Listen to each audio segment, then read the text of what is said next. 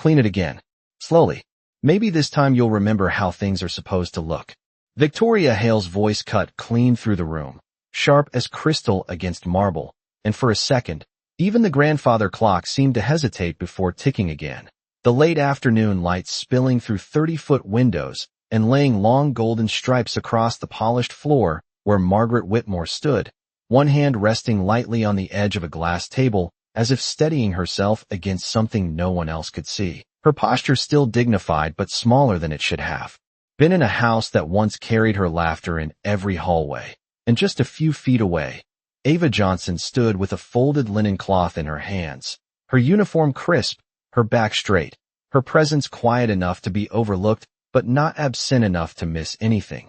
Not the slight tremor in Margaret's fingers, not the way Victoria's heel tapped once, impatient, not the silence that followed words meant to diminish without ever raising a voice. And somewhere deeper in the room, near the wide archway leading to the study, Daniel Whitmore had just stepped in, his suit jacket still on, his phone half lowered in his hand, his expression unreadable at first glance but not untouched, because he had heard it, every word, and the air shifted just enough to acknowledge that he had, though no one turned immediately, no one spoke, as if the house itself had learned to wait before reacting, to measure what was safe to notice. And Ava lowered her gaze for a fraction of a second, not in submission but in control, the kind that came from years of knowing when to move and when stillness carried more weight, her fingers tightening slightly around the cloth before she stepped forward, slow, deliberate, closing the distance between herself and Margaret without drawing attention, offering the fabric not as an instruction but as a quiet shield. Her voice soft enough that it didn't interrupt the room but steady enough to exist inside it. "Here, ma'am," she said, and Margaret looked at her then, really looked, as if something in that small gesture had reached past the tension and found something older, something familiar, though she didn't speak, just accepted the cloth with a nod that carried more gratitude than words would have managed, while Victoria watched the exchange with a faint smile that didn't reach her eyes, the kind that suggested ownership over everything in the room, including moments like this, and Daniel's jaw tightened just slightly, not enough to be called out, just enough to be felt, because this was his house, his family, his future standing in the same space. And yet the only thing that seemed undeniably human in that moment was the quiet presence of a woman who wasn't meant to matter. And as Ava stepped back into place, her eyes lifted just once, briefly meeting Daniel's across the distance, not challenging, not pleading, just steady, as if holding a truth she had no intention of speaking yet. And then she looked away, returning to stillness, while outside, beyond the glass, the sun dipped lower, and the shadows in the room grew longer without anyone acknowledging how much colder they felt. The sound of the clock returned first, steady and deliberate, as if nothing had happened, and yet the room no longer held the same balance, something subtle having shifted beneath the surface where only those paying attention could feel it, and Ava felt it, standing near the sideboard with her hands now empty, the faint scent of lemon polish lingering on her skin as she adjusted a glass that did not need adjusting, her movements precise, measured, giving herself a reason to remain present. Without drawing notice, while Margaret Whitmore lowered herself slowly into the armchair by the window, the linen cloth resting in her lap like a quiet anchor, her gaze drifting outward but not quite seeing the manicured gardens beyond the glass, and Victoria exhaled softly, the kind of controlled breath that carried more judgment than words ever could, turning slightly as if the moment had already bored her. "Daniel, you are home early," she said, her tone smoothing itself into something more polished now that he stood fully in the room, and Daniel slipped his phone into his pocket, stepping forward at an unhurried pace, each footfall echoing faintly against the marble as he glanced briefly at his mother before answering. The meeting wrapped ahead of schedule, his voice calm, but there was a pause that followed, a fraction too long to be accidental, and Ava noticed it the way she noticed everything. The way silence sometimes said more than speech, and Victoria tilted her head. "Studying him? Good, then you can review the seating plan for Saturday. I had to make a few necessary adjustments," she continued, already reaching for the tablet resting on the console table, her fingers moving quickly across the screen as if the rest of the room existed only in the background of her priorities. and Margaret shifted slightly in her chair, the movement small but deliberate, as though she were deciding whether to speak and ultimately choosing not to, her hand tightening around the cloth just once before relaxing. Again, and Daniel's gaze lingered on that movement longer than it should have, long enough for something unspoken to form behind his eyes. Though he said nothing, just nodded once toward Victoria. "We can go over it later," he replied, and the word later hung there, undefined, as Ava stepped quietly toward the tray of water glasses, refilling one with steady hands. The soft sound of liquid meeting crystal filling the space between conversations, and when she approached Margaret, she did not interrupt. She simply placed the glass within reach, her voice low, respectful. "In case you are thirsty, ma'am." And Margaret looked at her again, that same searching expression flickering across her face, softer now, almost questioning. "Thank you," she said, her voice gentle but carrying a weight that did not belong to the moment alone, and for a second longer than expected. Her fingers brushed lightly against Ava's as she took the glass, not accidental, not entirely intentional either, but enough to register, enough for Ava to still just slightly before withdrawing her hand, her eyes lowering in quiet acknowledgement. And across the room, Daniel noticed that too, the brief contact, the ease in it, the absence of tension, and something about it did not align with the version of the house he had grown used to, the version where everything was managed, controlled, curated, and Victoria's voice cut through again, crisp and efficient. "Also, I have instructed staff to keep the East Wing closed tomorrow morning.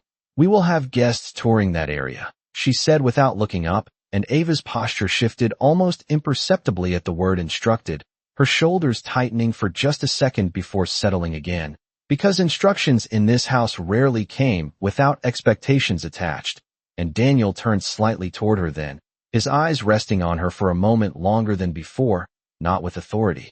Not yet, but with a kind of attention that suggested he was beginning to see what had always been there. And Ava met that look only briefly before lowering her gaze again, returning to stillness, while the light outside dimmed another shade, and the reflection of the room in the glass grew sharper, as if the house itself were watching them more closely now. "You may leave the tray there, Ava. I will handle the rest," Victoria said without looking up, her voice smooth but edged with quiet dismissal, and the words landed in the room with a softness that still managed to carry weight, the kind that reminded everyone exactly where they stood without ever raising a tone. And Ava paused for a fraction of a second beside the console table, her fingers still lightly touching the silver edge of the tray as if deciding whether the instruction required immediate obedience or silent interpretation, her posture straight, composed, her face calm in a way that had been practiced over years of learning when presence was permitted and when it was merely tolerated. And then she nodded once, small and respectful. "Yes, ma'am," she said, her voice even, placing the tray down with care so that not a single glass shifted out of place. The faint clink of crystal barely audible but precise enough to mark the moment. And as she stepped back, her eyes moved briefly across the room, not searching, not lingering, just taking in what had already begun to change, the distance between people, the silence that now felt heavier than before. And Daniel noticed that movement again, the quiet awareness in her that did not match the role she was expected to fill, and he turned slightly toward Victoria, though his attention did not fully leave Ava. "We can review everything after dinner," he said, his tone measured, but there was a firmness underneath it now, subtle but present, and Victoria's fingers paused over the tablet for just a beat before she resumed scrolling. "Dinner is at 7 sharp. I expect everything to be ready," she replied, as if the timing itself were more important than the people within it, and Margaret shifted again in her chair, this time lifting the glass Ava had placed for her, her hand steadier now, though her eyes remained distant, reflecting the fading light outside, and Ava moved quietly toward the side hallway, her steps soft against the marble, nearly silent except for the faint whisper of fabric as she passed through the edge of the room, and just before she disappeared from view, Margaret spoke again, her voice gentle but carrying farther than expected. "Ava," she said, and the name hung in the air for a second before Ava turned back, her expression attentive, calm. "Yes, ma'am," she answered, and Margaret studied her, not with authority, not even with curiosity, but with something closer to recognition, something that had not yet found its shape. "Have you been with us long?" she asked, and the question seemed simple, but it settled into the space between them with a quiet gravity, and Ava held her gaze for a moment longer than before, just long enough for something unspoken to pass through her eyes before she lowered them again. "Not long, ma'am," she replied, her voice steady, though there was a softness beneath it that did not quite match the words, and Margaret nodded slowly, as if accepting the answer while still searching for something beyond it. And Daniel watched the exchange in silence, his brow tightening slightly, because something about it did not align with the timeline he knew, the staff records, the schedules, the careful order of his household. And yet he said nothing, not yet, while Victoria let out a faint breath of impatience, shifting her weight as she finally looked up, her gaze moving between them with a controlled smile. "We really should not delay. Preparations over small talk," she said, her tone light but final, and Ava inclined her head again, stepping fully into the hallway now, disappearing from sight as the light in the main room dimmed further, and for a moment, no one spoke, the quiet stretching just enough to reveal the tension beneath it, until Daniel exhaled slowly, almost inaudibly, his eyes still fixed on the space where Ava had stood, as if something important had just passed through the room and no one had quite named it. Yet, the hallway felt cooler than the main room, the kind of quiet that carried its own weight, and Ava moved through it with steady steps, her hand brushing lightly along the edge of the wall, as if grounding herself in something solid, the distant hum of the house settling into its evening rhythm around her, and by the time she reached the service kitchen, the overhead lights had already been switched on, casting a softer, warmer glow across the stainless steel counters where everything was in its place, everything predictable, everything controlled, and she paused just inside the doorway, exhaling slowly as her shoulders lowered a fraction, not from exhaustion but from the shift in atmosphere, the difference between being seen and being allowed to disappear. And she reached for a folded dish towel, her fingers moving automatically as she wiped a surface that did not need wiping, the repetitive motion giving her mind a place to rest even as it refused to fully quiet, because the look in Margaret's eyes had not been unfamiliar, not entirely, and that thought lingered longer than it should have, threading itself through her focus until the sound of footsteps approached from behind, measured, deliberate, not hurried but intentional, and she stilled for just a moment before turning, her expression already composed by the time Daniel Whitmore stepped into the doorway, his presence filling the space differently than it had in the living room, less distant, more contained, as if the walls here did not allow for the same performance. And for a second, neither of them spoke, the silence stretching just enough to feel deliberate, until he glanced around the kitchen, taking in the details as if confirming something unspoken, before his gaze settled on her. "You have been here how long?" he asked, his tone even, but there was a directness to it now that had not been there before, and Ava met his eyes briefly, just long enough to acknowledge the question before lowering them again. "A few weeks, sir," she answered, her voice calm, steady, offering nothing more than what was asked, and Daniel nodded once, though the answer did not seem to satisfy whatever had brought him there, his hand resting lightly against the edge of the doorframe as he studied her, not with suspicion, not entirely, but with a growing sense that something did not align. "My mother does not usually take to new staff," he said after a moment, his words measured, observational rather than accusatory, and Ava's hand stilled against the counter, the towel held loosely between her fingers as she considered the space between truth and what could be spoken. "She is kind," she replied simply, the statement quiet but firm, and Daniel's brow tightened slightly, not in disagreement, but in recognition that the answer had avoided something, and for a moment, he said nothing, the air between them holding a tension that did not need volume to exist, until he shifted his weight, exhaling slowly. "Victoria expects things to run a certain way," he added, his voice lowering just enough to change its tone, and Ava nodded again. "Yes, sir," she said, though there was something in the way she said it that carried understanding rather than submission. And Daniel noticed that too, the difference subtle but present, and it lingered with him longer than expected, because in a house where everything followed instruction, there was something about her that did not feel controlled, not in the way the rest did. And from down the hall, the faint echo of Victoria's voice carried through, calling for adjustments, for timing, for precision, and Daniel's jaw tightened just slightly at the sound, his eyes flicking toward the hallway before returning to Ava, and for a brief second, it seemed as though he might say something else, something less structured, more human, but instead he stepped back, releasing the doorframe as he straightened. "Be ready for dinner service at 7, he said, the words formal again, measured, and Ava inclined her head. "Yes, sir," she replied, her tone unchanged, and as he turned to leave, his steps slower than when he had entered, he paused just once at the threshold, not turning back, not speaking, but the hesitation was there, subtle, undeniable, before he continued down the hall, leaving the kitchen quiet again, and Ava stood still for a moment longer, her gaze resting on the doorway he had just passed through, her grip tightening slightly on the towel before she released it, folding it carefully and placing it back on the counter as if restoring order to something that had just begun to shift. By the time the clock neared 7, the house had shifted into a different kind of order, the kind that looked flawless on the surface but carried tension underneath like a wire pulled too tight, and the dining room stood ready under soft chandelier light.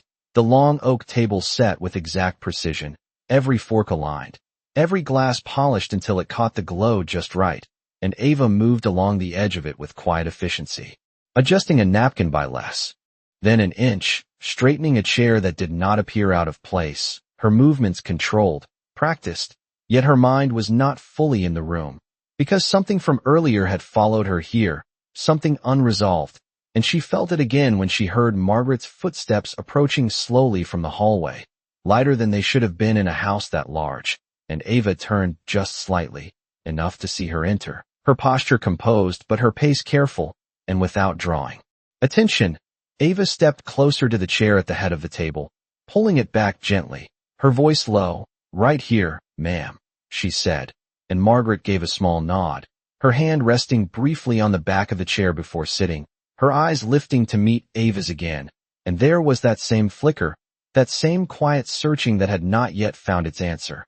"Thank you," she said softly, and Ava inclined her head, stepping back into place just as Victoria entered from the opposite side, her heels echoing lightly against the floor, her presence immediately filling the room with a different kind of energy, one that demanded attention without asking for it, her gaze sweeping across the table, noting every detail with practiced precision. "Good. Everything is finally where it should be," she said, her tone satisfied but controlled, and then her eyes landed on Margaret, and the satisfaction faded just slightly, replaced with something colder, something sharper, though her smile remained.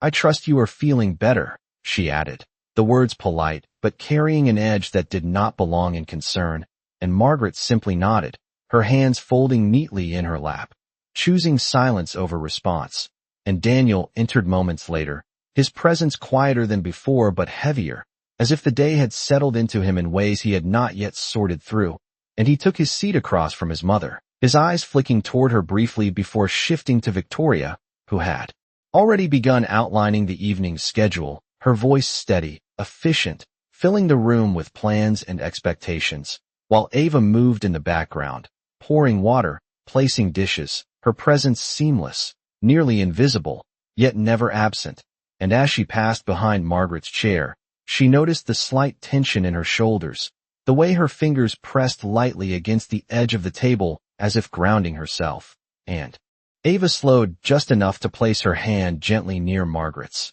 not touching, not drawing attention, just close enough to be felt, and Margaret's hand relaxed, just slightly, the smallest shift, but enough, and across the table.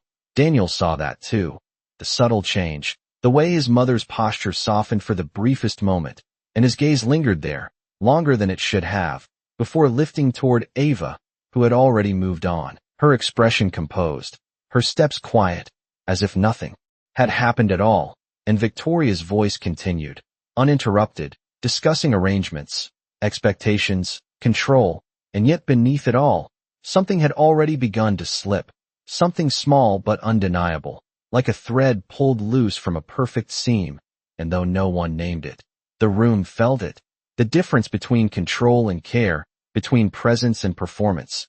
And as the first course was placed on the table, the silence that followed was not empty, it was waiting. "You should not hold your fork like that. It looks careless," Victoria said lightly.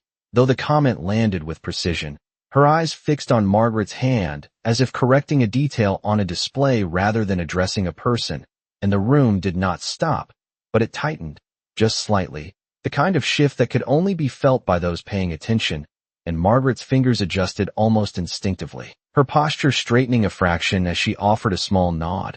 "Of course," she replied, her voice calm, composed, though there was a softness beneath it that carried something quieter, something older, and Ava, standing just behind and to the side, caught that shift immediately, the subtle tightening in Margaret's shoulders, the way her breath paused for a second before continuing, and she moved without drawing notice, stepping forward to refill a glass that was not yet empty. The sound of water meeting crystal creating a gentle interruption, not enough to silence Victoria, but enough to soften the edge of the moment, and Victoria glanced briefly at the movement, her expression unreadable before returning to her plate, continuing her explanation of guest placements and expectations as if nothing had happened, while Daniel remained still across the table, his fork resting untouched for a second longer than usual, his gaze fixed not on the food, not on Victoria, but on his mother, and then briefly, almost involuntarily, on Ava, who had already stepped back into place, her posture composed, her presence quiet.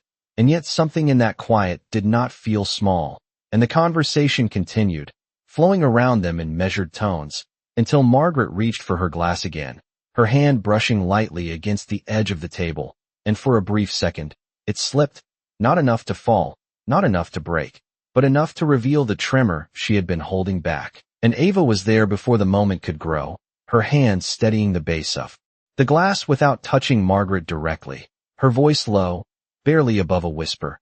"I have it, ma'am," she said, and Margaret's fingers stilled, her eyes lifting to meet Ava's again.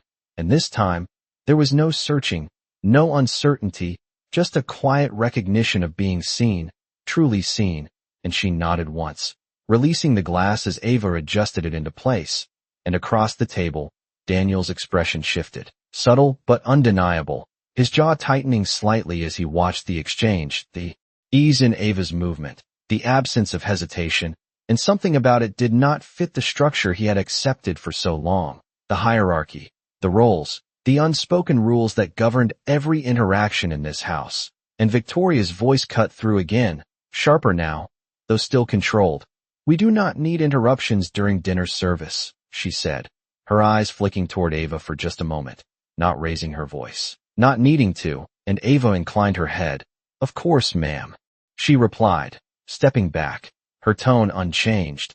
But the room had already shifted, the moment already marked, and Margaret's hands rested more steadily now, her shoulders no longer as tense, and Daniel noticed that too. The difference small but real, and he set his fork down quietly, the soft sound against the plate barely audible, yet enough to draw a brief pause in Victoria's speech. And when he spoke, his voice was calm, measured, but carrying a weight that had not been there before. "It was not an interruption," he said, his eyes lifting to meet Victoria's, steady, deliberate. And for the first time that evening, the room did not simply tighten. It held, suspended in a silence that felt different from the ones before, heavier, more aware, as if something that had always gone unspoken had just been given shape.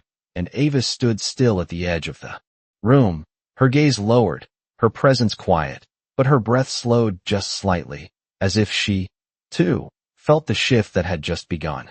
Victoria did not respond immediately, and that was what made the moment linger, her silence not empty but calculated, her gaze resting on Daniel for just a second longer than necessary before she offered a small, composed smile, the kind that suggested control had not been lost, only adjusted.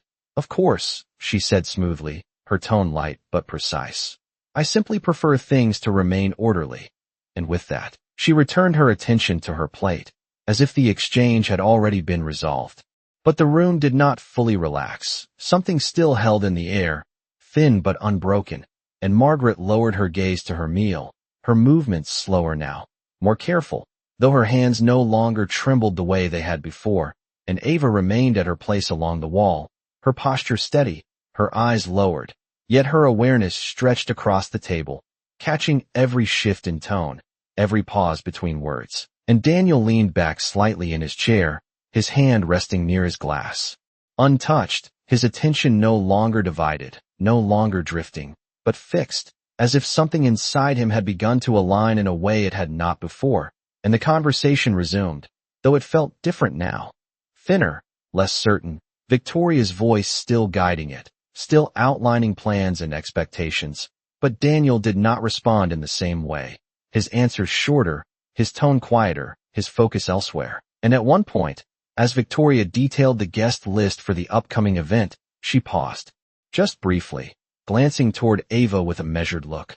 "Make sure the East Wing is presentable by 9 in the morning," she said, her voice directed without being raised, and Ava inclined her head. "Yes, ma'am," she replied, her tone even, but Daniel's eyes lifted again at that, the word instructed from earlier echoing back into place, and he set his glass down softly, the faint sound marking another shift. "The East Wing has not been used in months," he said, his voice calm, but there was a question inside it, unspoken but clear, and Victoria's smile returned, controlled. "It will be now," she answered, her tone final, and for a second, Daniel held her gaze, something unreadable passing between them, something that had not been there before, and then he looked away, his attention moving back toward his mother, who had paused again, her fork resting lightly against the plate, her eyes distant, as if caught in a memory she had not intended to revisit, and Ava saw that too. The way Margaret's fingers curled slightly inward, the way her breath slowed, and without thinking, without planning, she took a small step forward, just enough to be closer, her presence quiet but deliberate, and she spoke softly, low, enough that it did not interrupt the table. "Would you like something warm to drink later, ma'am?" she asked, her voice carrying a gentleness that did not belong to obligation, and Margaret looked up, her expression softening in a way that seemed almost immediate. "Yes, that would be nice," she said, her voice barely above a whisper, and Ava nodded once, stepping back again, the moment small, contained, but it lingered, because Daniel had seen that too, the ease, the way his mother responded, without hesitation, without fear of correction, and something about that did not match the structure of the evening, the expectations that had been set, and for the first time, he did not try to reconcile it. He simply let it sit, and across the table, Victoria continued speaking, her tone unchanged, her posture perfect, but the room no longer belonged entirely to her, not in the way it had before, and the silence between her sentences grew just slightly longer, just enough to be noticed, just enough to suggest that something, however small, had begun to shift beyond her control. The plates had been cleared, the soft clink of porcelain fading into the background as the room settled into a quieter phase of the evening, the kind that usually invited conversation, but tonight seemed to hold something heavier, something waiting beneath the surface, and Victoria leaned back slightly in her chair, her posture still flawless, her expression composed. Yet there was a faint tightness at the corners of her mouth that had not been there before, as if the control she was accustomed to maintaining required more effort now, and Daniel remained still across from her, his hands folded loosely in front of him, his gaze no longer distracted but deliberate, watching, measuring, while Margaret sat with her hands resting gently in her lap, her shoulders no longer as tense, though her silence carried more presence than it had earlier. And Ava moved quietly along the edge of the room, collecting the last of the glasses, her steps soft, her movements precise, yet her attention remained anchored to the table, to the subtle shifts that continued to ripple outward from moments no one had named. And as she reached for the final glass near Margaret, their eyes met again, and this time, Margaret spoke first, her voice low but clear. "You remind me of someone," she said. The words simple, but they settled into the air with a quiet weight, and Ava paused, her hand still resting lightly against the glass, her expression composed, though something in her gaze flickered for just a second before settling again. "I hope that is a good thing, ma'am," she replied softly, and Margaret's lips curved into the faintest smile, one that carried warmth without effort. "It is," she said, her voice certain. And Daniel's attention sharpened at that, his eyes moving between them. Something clicking into place just out of reach, while Victoria exhaled quietly, a sound that suggested impatience more than anything else. "We should move to the sitting room," she said, rising from her chair with controlled grace, her tone leaving little room for deviation, and Daniel stood as well, though more slowly, his gaze lingering on his mother for a moment before shifting toward the doorway, and Margaret began to rise, her movement careful, measured, and before anyone else could step forward, Ava was there, not touching, not drawing attention, but close enough that Margaret could steady herself if needed, and Margaret glanced at her again, that same quiet recognition deepening. "Thank you," she said, almost under her breath, and Ava inclined her head, stepping back just as Victoria turned, her eyes briefly scanning the interaction, her expression unreadable but her silence deliberate, and they moved together toward the sitting room, the sound of footsteps echoing softly. Through the hallway, the light dimmer here, warmer, casting longer shadows along the walls, and Ava followed at a distance, as expected, her presence unobtrusive, yet as they entered the room, something shifted again, because Margaret did not take the seat Victoria had indicated, not immediately. Instead she paused near the window, her gaze drifting outward as if drawn by something beyond the glass, and for a moment, no one spoke. The room, holding that pause, until Daniel stepped slightly closer, his voice quieter now, less formal. "Are you all right?" he asked, and Margaret nodded slowly, though her eyes remained distant. "I am," she said, then after a brief pause, "I just remember things differently." And the words hung there, not directed at anyone in particular, yet impossible to ignore, and Daniel's brow tightened slightly, while Victoria shifted her weight, her composure still intact, but her patience thinning at the edges. And Ava stood near the doorway, her hands folded in front of her, her gaze lowered, yet her breath slowed, as if she felt it too, the moment stretching just enough to reveal something deeper beneath it, something that had not yet been spoken but was already beginning to take shape. The room did not move right away, as if Margaret's words had settled into the air and refused to dissolve, and the faint reflection of the three of them in the window glass stretched across the darkening garden outside, their silhouettes layered over something older, something quieter, and Daniel followed her gaze, though he did not see what she saw, not yet, his voice lowering just slightly as he stepped closer. "What do you mean, differently?" he asked, and Margaret exhaled slowly, the sound soft but steady, her hand resting lightly against the window frame, as if anchoring herself in the present while her thoughts drifted elsewhere. "This house used to feel warmer," she said, choosing the word carefully, as if testing its weight, and the silence that followed was not empty. It was listening, and Victoria shifted behind them, her posture still composed, though her expression tightened just enough to reveal that the conversation had moved beyond her control.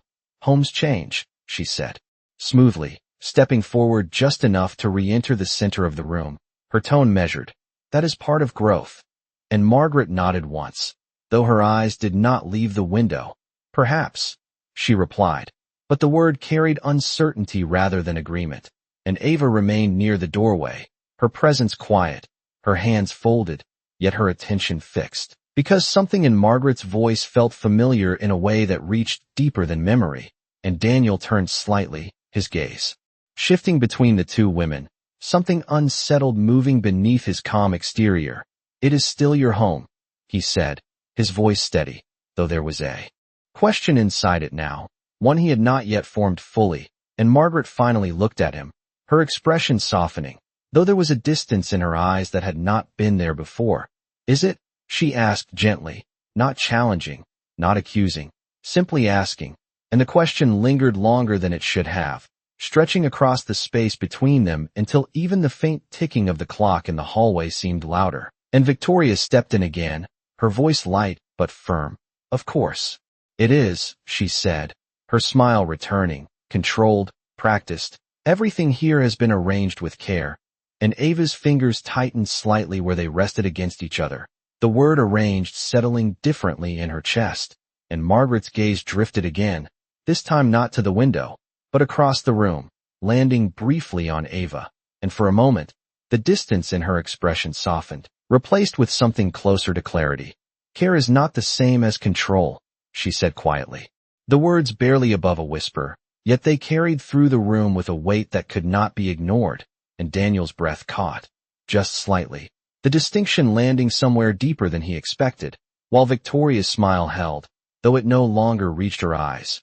I think we are overcomplicating things, she replied, her tone still smooth, but tighter now, more deliberate, and she turned toward Daniel, as if to redirect. We have an early morning tomorrow, she added, but he did not respond immediately, his gaze still fixed on his mother, on the way her posture had shifted, on the way her words had changed the space between them, and then, almost without thinking, his eyes moved to Ava, standing quietly at the edge of the room, and for the first time, the question that had been forming began to take shape, not spoken, not yet, but present, undeniable, and Ava felt it, the shift in his attention, the weight of it, and she lowered her gaze again, her breath steady, her expression calm, though something inside her remained alert, as if she knew that whatever had begun tonight was not finished, not even close. And outside, the last of the daylight faded completely, leaving only the reflection of the room in the glass, clearer now, sharper, as if the truth inside it could no longer be softened by light. Daniel, we are done. Here, Victoria said, her voice calm but edged with finality, the kind that did not ask for agreement. And yet the room did not move with her command. It stayed suspended, held in the space between what had been said and what had not. And Daniel did not turn toward her, not immediately, his eyes still resting on his mother, on the quiet certainty in her expression that had not been there before. And then slowly, almost deliberately, he shifted his gaze toward Ava, standing near the doorway, and, for a moment, the distance between them felt shorter than it was, as if something unspoken had begun to bridge it, and he took a step forward, not toward Victoria, not toward the exit, but toward the center of the room, his voice low, controlled. Ava, he said, and the sound of her name landed differently now, no longer part of the background, and Ava lifted her eyes, meeting his gaze for the first time without lowering them immediately, her posture still respectful, but there was a steadiness there, something that did not retreat. Yes, sir, she replied, her tone even, and Victoria's expression tightened, just slightly, the smallest fracture in her composure. Daniel, she repeated, her voice sharper now, though still measured. This is not the time for. But he did not let her finish, not with interruption, but with stillness, his attention no longer shifting back to her. And the silence that followed was different from before. It did not wait. It pressed, and he studied Ava for a moment, as if aligning pieces that had not fit until now. My mother asked if she had seen you before, he said, his words careful, deliberate. Have you? And the question settled into the room with weight, not accusation, not yet, but something closer to truth searching for its shape. And Ava did not answer right away, her breath steady, her hands still, though something behind her eyes moved, something measured. And Margaret watched her now, fully, her gaze no longer searching but recognizing the edges of something she could not yet name. And Victoria stepped forward, her heels echoing once against the floor. This is unnecessary, she said, her tone controlled but firm. She is staff. Daniel, nothing more. And Ava's fingers tightened just slightly at her sides, not visibly, not enough to draw attention, but enough to ground herself. And Daniel's jaw set, the line of it sharper now, as if something inside him had reached a point it could not step back from. I asked her, he said quietly, not raising his voice, but the shift in authority was unmistakable, and for a second, the room seemed to narrow around that moment, the hierarchy bending just slightly under the weight of something more human, more direct, and Ava met his gaze again, this time holding it, not defiant, not submissive, simply present. And when she spoke, her voice was soft, but clear.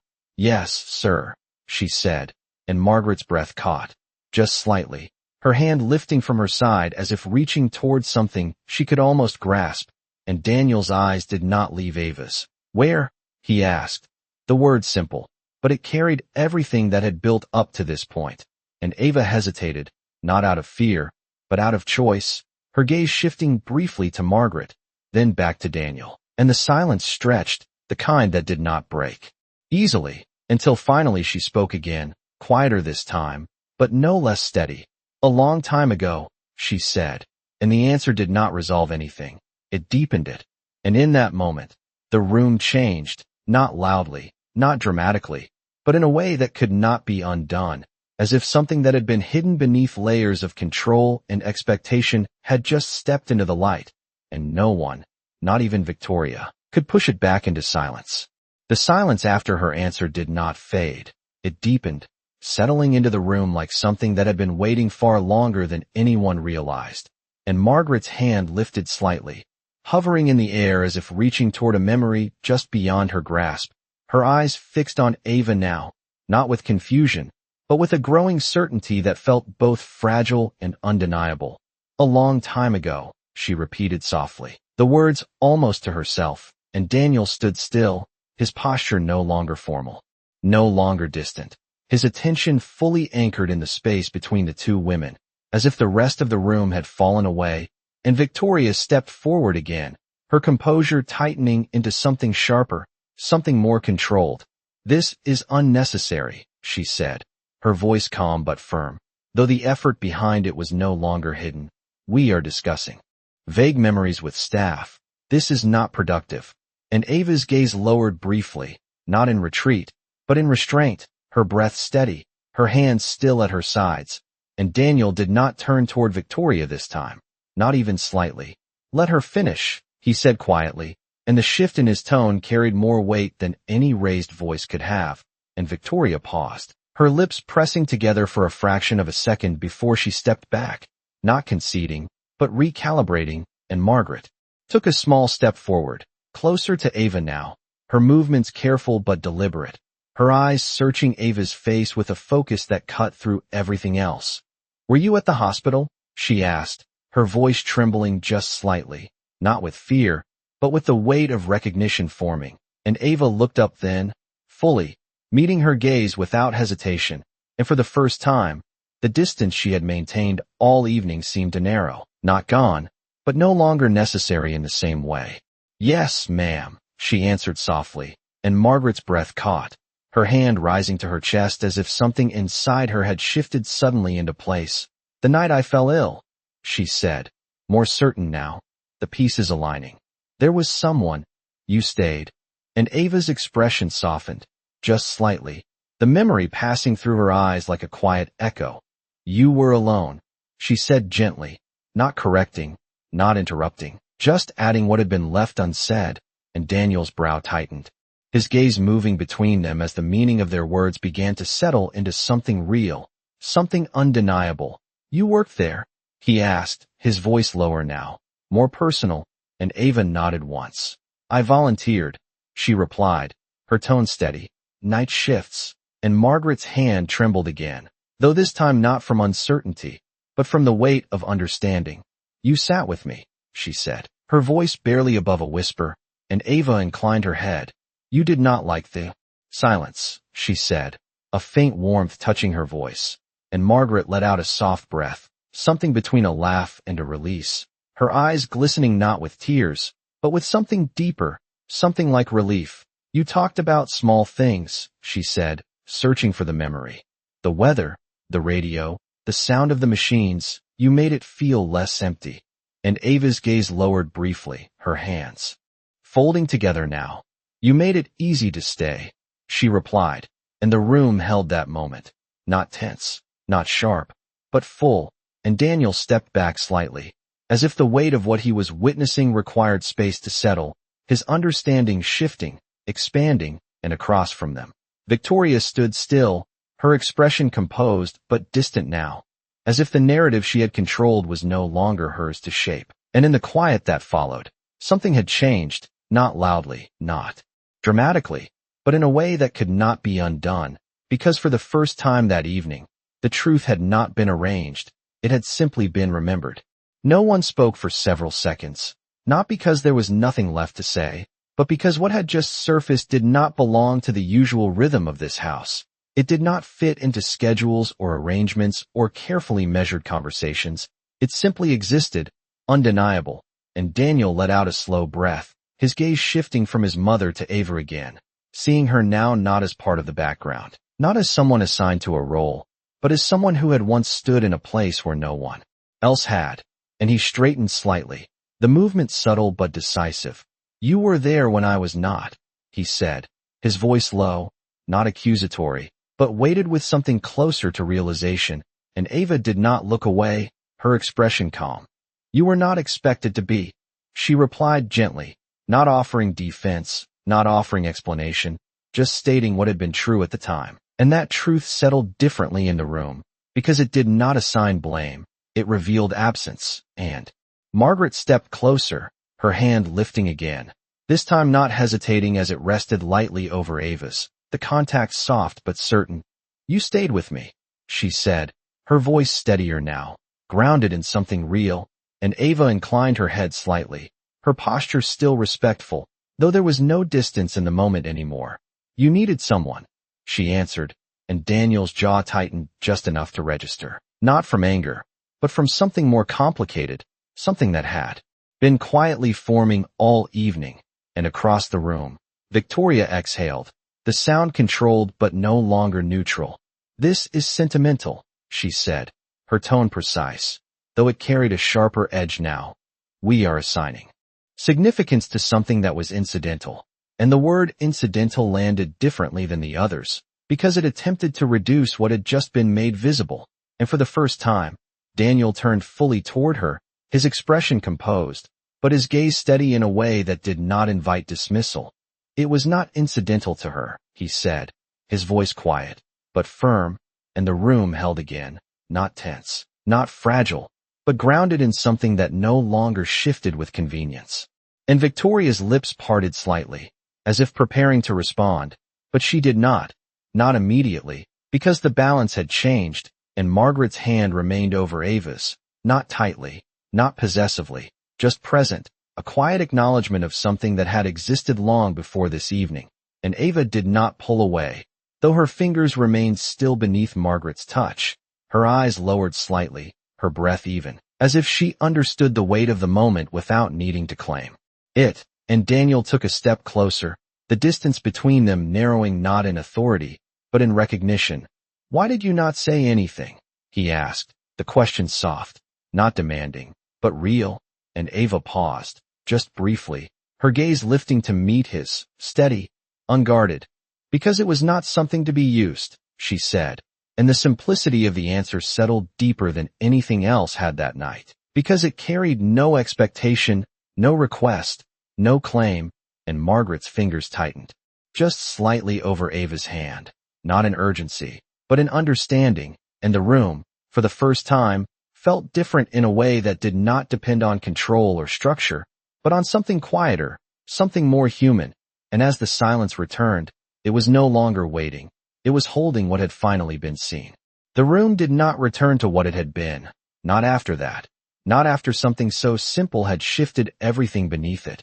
And the silence that followed was no longer fragile. It was settled, grounded in a truth that did not need to be defended or explained, and Margaret's hand remained gently over Ava's for a moment longer before she slowly withdrew it, not because the connection had ended, but because it no longer needed to be held in place. And she looked at her again, not searching now, not questioning, just seeing. "You stayed when it mattered," she said softly, and Ava inclined her head, her expression calm, though something in her eyes carried a quiet warmth that had not been visible before. "You were not meant to be alone," she replied, and Daniel exhaled slowly, the tension that had built throughout the evening shifting into something else, something steadier, and he stepped closer, his voice quieter now, more certain. "You should not have had to do that alone," he said, not to Ava, not entirely, but to the space between what had been and what was now understood, and Margaret gave a small, knowing smile, the kind that did not erase the past but accepted it. And across the room, Victoria stood still, her posture still composed, her expression carefully neutral, but the absence of control was unmistakable now, not dramatic, not visible in any obvious way, but present in what she did not say, in what she could no longer redirect. And Daniel turned toward her then, his gaze steady, not confrontational, but clear in a way it had not been before. "This house does not need to be arranged," he said, his tone even, measured. "It needs to be lived in." And the words settled without force, without volume. Yet they carried a finality that could not be adjusted or reframed, and Victoria's lips parted slightly, as if to respond. But she did not. Not this time. Because the moment did not belong to her anymore. And the room did not wait for her to reclaim it. And Ava stepped back then, her hands folding gently in front of her. Her posture returning to what it had always been, quiet, respectful, unobtrusive. But something had changed in the way she stood, not in position, but in presence, and Margaret moved toward the armchair by the window again, her steps slow but steady, and as she sat, she glanced once more toward Ava, a look that no longer needed words, and Ava nodded slightly in return, the smallest acknowledgement, and Daniel remained where he was for a moment, his gaze moving between them, understanding, settling into something lasting, something that would not fade when the evening ended, and outside, the night had fully taken over, the glass reflecting only what was inside now, no longer softened by daylight, no longer blurred by distance, just clear, still, and true, and in that reflection, the room looked different, not because anything had been moved, but because something had finally been seen, and no one, not even the one who once controlled it, could make it unseen again.